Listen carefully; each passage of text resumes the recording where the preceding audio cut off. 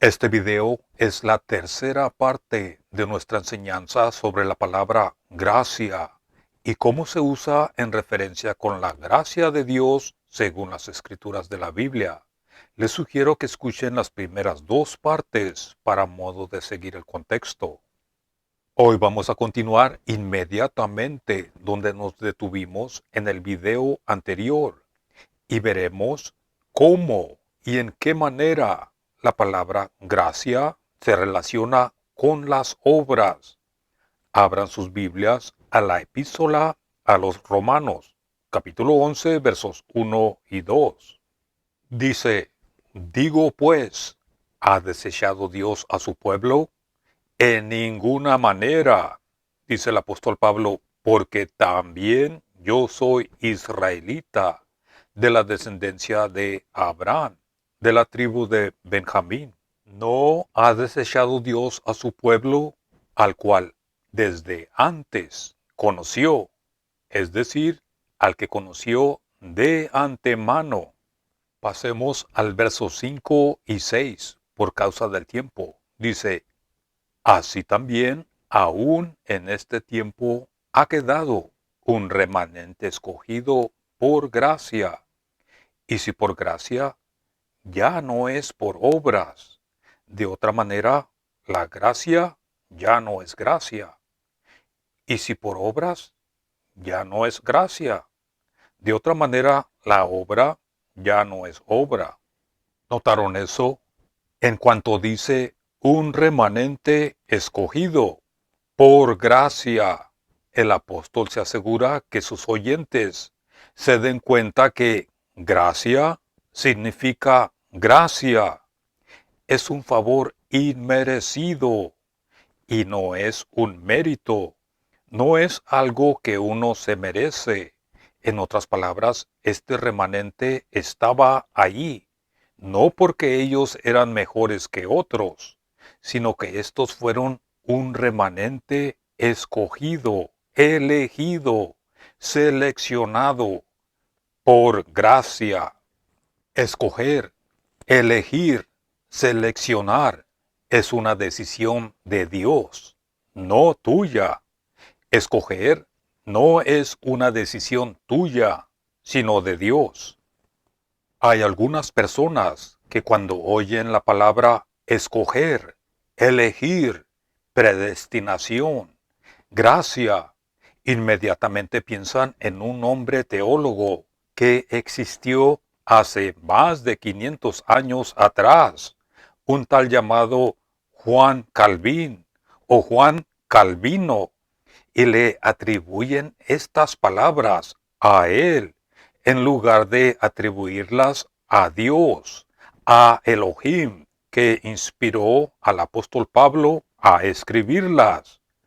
¿Por qué no atribuirlas a él, al apóstol o al Espíritu Santo, quien lo inspiró? Esas personas están obsesionadas con Juan Calvino y parece que conocen más sus enseñanzas que las enseñanzas del apóstol Pablo. Han pasado más de 500 años y aún no pueden soltar sus argumentos. Esas personas están atoradas, estancadas con el tal Calvino. Pero nosotros creemos en la palabra inspirada e inscrita divinamente. Y predestinación, escoger, elegir y gracia son decisiones del Creador, el Eterno, y no nuestras. Pero continuemos. El verso 6 dice, y si por gracia, ya no es por obras. De otra manera, la gracia ya no es gracia. Y si por obras, ya no es gracia.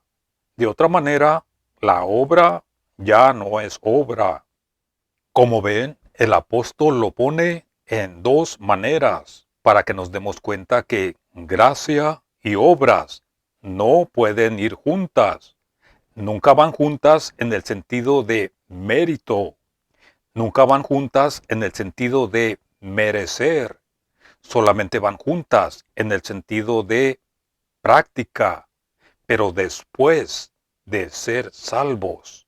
Y esto es lo que veremos enseguida. Las obras antes de la salvación se deben mantener separadas, pero hay algunos que enseñan que la gracia y obras se mantengan separadas aún después de ser salvos, en el sentido, dicen ellos, de que no somos salvos por nuestro propio bien, no somos salvos por nuestras obras. Así es que, dicen ellos, no importa lo que hagamos, con tal de que solamente creamos, dicen ellos. Y esas personas viven una vida desastrosa y sus testimonios son una distorsión de la verdad. Pero aquí, en la epístola a los Efesios, capítulo 2, versos 9 y 10, se nos dice que debemos hacer buenas obras. Esto es dividir correctamente la palabra de verdad. Porque si hacemos obras antes de la salvación, es un error. Y si no hacemos obras después de la salvación, también es un error. Veamos lo que dice Efesios capítulo 2, versos 4 al 6. Dice, pero Dios, que es rico en misericordia, por su gran amor con que nos amó, aun estando nosotros muertos en pecados, nos dio vida juntamente con el Cristo. Por gracia sois salvos.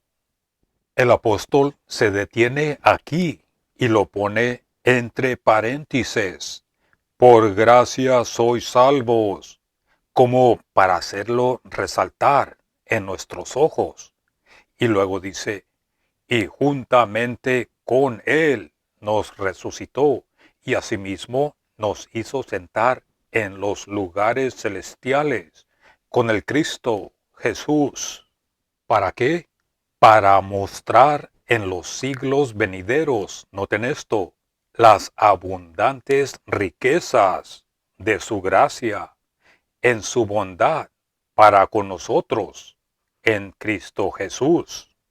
En el verso 8 lo vuelve a repetir, porque por gracia sois salvos por medio de la fe, y esto no de vosotros, pues es don de Dios, no por obras, para que nadie se gloríe.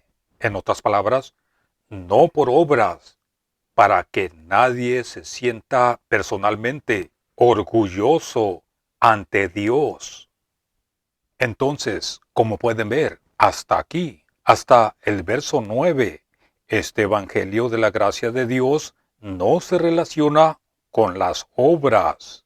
No tiene ninguna relación con obras, en el sentido de que las obras no son la base, no son el principio, ni la raíz de la salvación. Pero noten lo que dice el siguiente verso, el verso 10, dice, porque somos hechura suya, creados en el Cristo Jesús. ¿Para qué? Para buenas obras. ¿Para qué? Para buenas obras, las cuales Dios preparó de antemano para que anduviésemos en ellas. ¿Notaron eso? No por obras, pero para buenas obras. Y esto lo podemos comparar con un árbol de frutos. Y si te acercas al árbol, pero no tiene frutos, solo tiene hojas, inmediatamente sabemos que debe haber algo mal. Algo no está bien. Ahora bien, las obras también se relacionan con la idea de frutos. Y si no hay frutos, uno puede pensar que debe haber algo mal con la raíz. Entonces dice, para buenas obras. No dice salvos después de las buenas obras, sino para buenas obras. Entonces, si somos creyentes en el Cristo, no tengamos temor de hacer buenas obras. Entre más obras es mucho mejor, pero nunca vean las obras como la razón por la cual somos salvos. No somos salvos por obras, pero somos salvos para producir buenas obras para la gloria de Dios. Una última comparación que vamos a ver de la palabra griega charis. Y en los videos anteriores vimos que charis significa gracia y favor. Y esta misma palabra charis es traducida en Efesios capítulo 2, verso 6 como aceptos. Nos hizo aceptos en el amado. Ahora, esta misma palabra aparece también en el buen anuncio de Lucas, en el capítulo 1, verso 28. Veamos cómo fue traducida ahí. Dice, y entrando el ángel en donde ella estaba, dijo, salve, muy favorecida. ¿Notaron eso? Muy favorecida. El Señor es contigo, bendita tú entre las mujeres. Esta fue la salutación del ángel a la Virgen Miriam, más conocida como María, y le dijo, eres muy favorecida. Esta es la misma palabra charis, que se encuentra en Efesios capítulo 1, verso 6. Ahora comparemos esta palabra muy favorecida, pero en este pasaje de Efesios capítulo 1, verso 6, obviamente no está hablando a la Virgen María, sino a nosotros, que hemos creído y somos miembros del cuerpo del Cristo. Somos miembros del cuerpo de Mashiach, Yahshua. Leamos el verso 6, dice, para alabanza de la gloria de su gracia, con la cual nos hizo aceptos en el amado. El amado es Mashiach, el Cristo. Leamos otra vez, pero esta vez con la traducción que nos dieron en Lucas capítulo 1, verso 28. Dice, con la cual nos hizo muy favorecidos en el amado. ¿Notaron eso? Dice, para alabanza de la gloria de su gracia, con la cual nos hizo muy favorecidos en el amado. Si alguien tiene algún inconveniente, póngalo en los comentarios.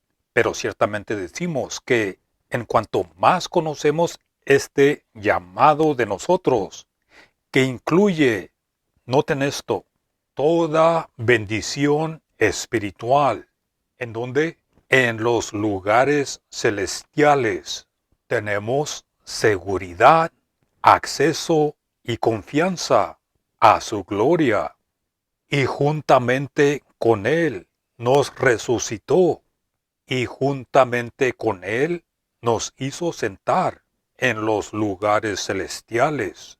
Y después, noten esto, vosotros también seréis manifestados con Él en gloria. ¿Notaron todo eso? Si no somos muy favorecidos, entonces, ¿quién lo es? Así que no perdemos nada. Somos miembros del cuerpo de Mashiach.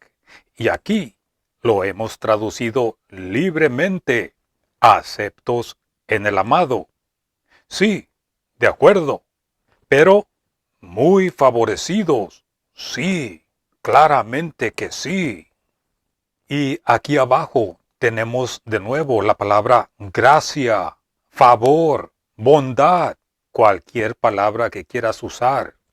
Y por último tenemos la palabra perdón, el perdón de nuestros pecados. Perdón. Son dos palabras. En el capítulo 2, verso 8, se nos dice que es un don de Dios. Entonces, por regalo, como un regalo gratuitamente ha perdonado todos tus pecados. Los ha borrado todos. La revelación de Dios nos fue dada a través de palabras, principalmente en el idioma hebreo y griego. Y en este canal examinamos las palabras que enseña el Espíritu Santo y cómo y en qué manera se aplican en las enseñanzas según las escrituras de la Biblia, con vista de tener un vocabulario, podemos decir, un pequeño diccionario para los que aman y estudian la palabra de Elohim.